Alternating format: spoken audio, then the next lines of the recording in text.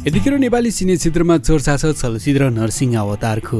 नरसिंह अवतार मार्फत महानायक राजेश हमाल लगभग 8 वर्षपछि चलचित्रमा कमब्याक गर्दैछन्। यसैबीच निर्माण टिमले चलचित्रको 60 फिट लामो पोस्टर सार्वजनिक गरेपछि यतिखेर चर्चामा आएको छ। काठमाडौँको मध्य बानेश्वर स्थित ग्लोबल कलेजका 500 बढी विद्यार्थीहरूले तन्काएर 60 फिट लामो पोस्टर सार्वजनिक गरेका हुन्। उक्त पोस्टरमा महानायक राजेश हमाल फिचर छन् भने अर्का अभिनेता राज कटुवालको पोस्टर पनि उक्त कलेजको भवनमाथि सार्वजनिक गरिएको छ। उनको पनि 60 फिट लामो नै पोस्टर छ। यसअघि कुनै पनि चलचित्रको यति ठूलो पोस्टर बनेको थिएन। पोस्टर देखेर महानायक राजेश हमाल आफै चकित परेका थिए। उनले आफ्नो 3 दशक लामो करियरमा यति लामो पोस्टर नदेखेको बताए।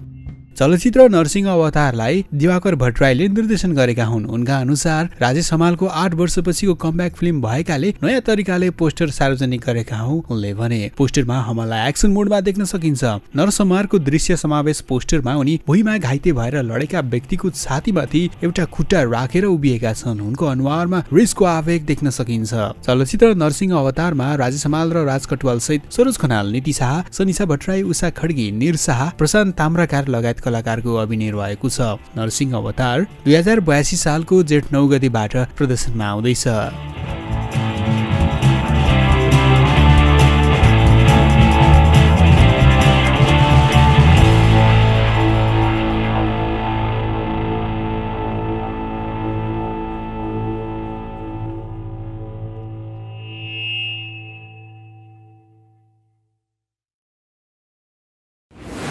हट नेपाल।